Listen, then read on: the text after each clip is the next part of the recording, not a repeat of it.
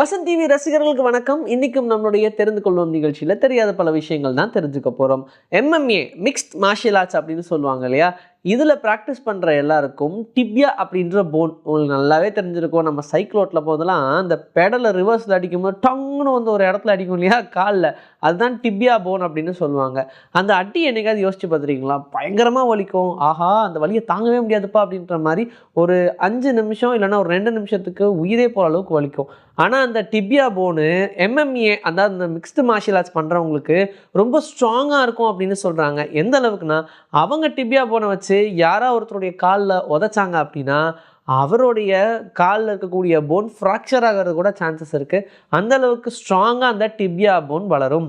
Even பஞ்சஸில் கூட அதே மாதிரி தான். பஞ்ச் நம்ம ஸ்டாண்ட் பேக்கில் கொடுக்க கொடுக்க நம்மளுடைய மசில் ஸ்ட்ரென்தன் ஆகும். அதே பஞ்சை நீங்கள் ஒரு வேளை செவுத்தில் கொடுக்குறீங்க அப்படின்னா உங்களுடைய போன் ஸ்ட்ரென்தன் ஆகும் அப்படின்னு சொல்கிறாங்க. சரி, இதை இன்னும் கொஞ்சம் தெளிவாக பார்த்தோம்னா, MMA அப்படின்ற அந்த மிக்ஸ்ட் மார்ஷியல் ஆர்ட்ஸில் கன்சிஸ்டண்ட்டாக ஒரு விஷயத்த ப்ராக்டிஸ் பண்ணுவாங்க. எந்த இடம் அவங்களுக்கு ரொம்ப ஸ்ட்ராங்காக வேணுமோ அந்த இடத்த மட்டும் ரொம்ப அதிகமான அடி கொடுக்குற மாதிரி இம்பேக்ட் அதிகமாக க்ரியேட் பண்ணிக்கிட்டே இருப்பாங்க. உதாரணத்துக்கு நான் சொன்ன அந்த டிபியா போன் இருக்கு இல்லையா, அந்த டிபியா போனில் கன்சிஸ்டண்ட்டாக அடிச்சுக்கிட்டே இருப்பாங்க ஒரு இடத்துல. அப்போ என்ன ஆகும்னா, உள்ளே இருக்கக்கூடிய போன் டிஷ்யூஸ் எல்லாம் பிரேக் ஆகி திரும்ப ரீஜாயின் ஆகும். அப்படியே பிரேக் ஆகி ரீஜாயின் ஆகும்போது அதோடைய ஸ்ட்ரென்த்து பல மடங்கு அதிகமாகும் அப்படின்னு சொல்கிறாங்க. அதனால தான் நார்மல் போனை விட அது உடஞ்சு சேரக்கூடிய போனுடைய ஸ்ட்ரென்த்து ரொம்ப அதிகமாகவே இருக்கும். இதை கன்சிஸ்டண்ட்டாக அவங்க பண்ணுறதுனால தான் எல்லாருடைய போனை விட அவங்க போன் ரொம்ப ஸ்ட்ராங்காக இருக்குது. அடி இடி மாதிரி இருக்குது. அதுக்குன்னு இந்த விஷயத்தெல்லாம் கேள்விப்பட்ட உடனே செவுத்துல போய் குத்துவோம் அடிப்போம் அப்படின்லாம் நீங்கள் நினைக்கக்கூடாது. இதெல்லாம் முறையான ப்ராக்டிஸ் இருந்தால் மட்டும்தான் பண்ணணும். அதனால் உங்களுக்கு அந்த ஆசை இருந்துச்சுன்னா முறையாக கரெக்டாக குங்ஃபூ ஜூடோ அப்படின்னு சொல்லி கற்றுக்கங்க. தூம் படத்தில் ஒரு பெரிய ராபரி ரித்திக் ரோஷன் பண்ணுவார். யாருமே எக்ஸ்பெக்ட் பண்ணாத மாதிரி பேங்க்குள்ளே வயசான கெட்டப்பில் போய் அழகாக தூக்கிட்டு வருவார்ல, அந்த மாதிரி 2007 நிஜமாவே பெல்ஜியமில் ஒன்று நடந்துச்சு. என்னென்னா, ஒரு வயசான ஒருத்தர் அவர் எல்லா பேங்க் ஸ்டாஃப்ஸுக்கும் சாக்லேட்ஸ் கொடுத்துருக்காரு. பாருங்கள், அந்த சாக்லேட்ஸில் ஃபுல்லாகவே மயக்க மருந்து இருந்திருக்கு. அவங்களும் எல்லோரும் மட்டையிட்டாங்க. உடனே இவர் என்ன பண்ணியிருக்காருனா, இவருக்கு ஆக்சுவலாக VIP லாகின் ஆக்சஸ் இருந்ததுனால உள்ளே பூந்து கிட்டத்தட்ட 200 கோடி ரூபாய் மதிப்பில்லான வைரம் கேஷ் அப்படின்னு சொல்லி எல்லாத்தையும் சுருட்டிட்டாரு. அதுக்கப்புறமா அவரை கண்டுபிடிக்க ட்ரை பண்ணிகிட்டே தான் இருக்காங்க. இப்போ வரைக்கும் அவர் யாருன்னு தெரில, என்ன பண்ணாருன்னு தெரியலையா. ஒருவேளை இதில் இன்ஸ்பயர் ஆகி நிறைய படங்கள் எடுத்திருப்பாங்களோ அப்படின்ற மாதிரிலாம் கதையை கட்டிக்கிட்டு இருக்காங்க.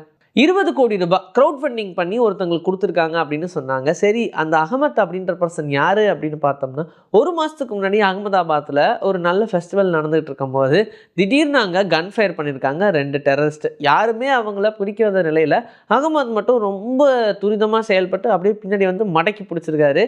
அதனால் அவருக்கு பெரிய ரெகக்னேஷன் கிடச்சிது. எல்லாருமே அவரை பயங்கரமாக பாராட்டிக்கிட்டு இருந்தாங்க. அவருக்காக தான் எல்லாருமே சேர்ந்து க்ரௌட் ஃபண்டிங் பண்ணி ஒரு 20 crores அவருக்கு சன்மானமாக கொடுத்துருக்காங்க. இந்த ஒரு விஷயம் அவர் நல்லது பண்ணதுனால தான் கிடச்சிருக்கு. ஆப்பிரிக்காவில் இருக்கக்கூடிய எல்லா இடங்களுமே ரொம்ப செல்வ செழிப்போடு இருக்குது அப்படின்னு சொல்ல முடியாது. நிறைய இடங்கள் ரொம்ப பஞ்சத்துலேயும் பட்டினிலையும் இருக்காங்க. அப்படி பார்க்கறதுக்கு பசுமையாக இருந்தாலும் பஞ்சத்தில் இருக்கக்கூடிய இடத்துலேருந்து நிறைய பேர் வேறு கண்ட்ரிக்கு போய் அங்கே சிட்டிசன்ஷிப் வாங்கி அங்கேயே செட்டில் ஆயிடலாம் அப்படின்லாம் நினைப்பாங்க. அப்படி தான் மேமோத் அப்படின்றவர் ஃப்ரான்ஸுக்கு போய் செட்டில் ஆகணும் அப்படின்றதுக்காக போயிருக்காங்க. பட் ரொம்ப அலைஞ்சுமே அவருக்கு அந்த சிட்டிசன்ஷிப் கிடைக்காமே இருந்துச்சு. திடீர்னு ஒரு பில்டிங் ஃபயர் ஆயிடுச்சு. அங்கே பயங்கரமாக தீ எரிஞ்சிட்டு இருக்கும்போது தீ அணைப்புத்துறையும் வந்து முயற்சி பண்ணிட்டு இருந்தாங்க. அந்த டைமில் ஒரு குழந்தை மாட்டிகிட்டு இருந்ததை பார்த்து இந்த மேமோத் கடகடன்னு ஏறி போயிருக்காரு. ஏறி போய் அந்த குழந்தையும் காப்பாற்றிட்டாங்க.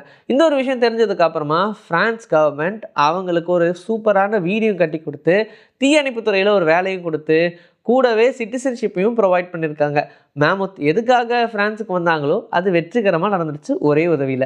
பூமியோடைய சைஸ் கொஞ்சம் கொஞ்சமாக சுருங்கிக்கிட்டு இருக்கு அப்படின்னு சொல்கிறாங்க. ஏன்னா ஹீட் அப்சார்ப்ஷன் இந்த பூமியில் நடக்குது.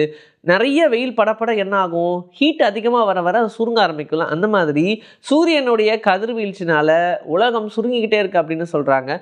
ஒரு வருஷத்துக்கு 50,000 டன் கிட்ட உலகம் சுருங்குதான். அப்படி பார்த்தோம்னா ஒரு 1 trillion இயர்ஸுக்கு அப்புறமா உலகத்துடைய சைஸ் ரொம்ப குட்டியாக போயிடும் அப்படின்னு சொல்கிறாங்க. இன்னும் கொஞ்சம் வருஷங்களுக்கு அப்புறமா உலகமே டிஸப்பியர் ஆயிரும். இப்படி தான் இந்த உலகம் இனி அடுத்து அழியறதுக்கான சான்சஸ் இருக்குது அப்படின்ற மாதிரிலாம் ப்ரிடிக்ட் பண்ணுறாங்க. சரி, அது 1 trillion வருஷம் கழிஞ்சு அழிஞ்சா என்ன அழியடா என்ன அப்படின்ற மாதிரியான நிலமையில தான் இப்போ எல்லாருமே இருக்காங்க. ஏன்னா பார்க்கக்கூடாத பல டிசாஸ்டரை இந்த உலகம் பார்த்துருச்சு. அதனால் நமக்கு ஒன்றும் பெரிய விஷயமெல்லாம் இருக்காதுன்ற மாதிரி தான் சொல்கிறாங்க. என்னதான் இது தள்ளி நடக்க போகுது அப்படின்னு சொன்னாலும் இந்தளவுக்கு துல்லியமாக கவனிக்கிறாங்களேப்பா எப்படி அப்படின்ற மாதிரி தான் வியப்பாக இருக்குது. இன்றைக்கி நம்மளுடைய தெரிந்து கொள்வோம் நிகழ்ச்சியில் தெரியாத பல விஷயங்கள் தெரிஞ்சுக்கிட்டோம். இதே மாதிரி சூப்பரான கண்டென்ட்டோட உங்களை நான் வந்து சந்திக்கிறேன். Until then, this is bye from me, Jayashree. Take care.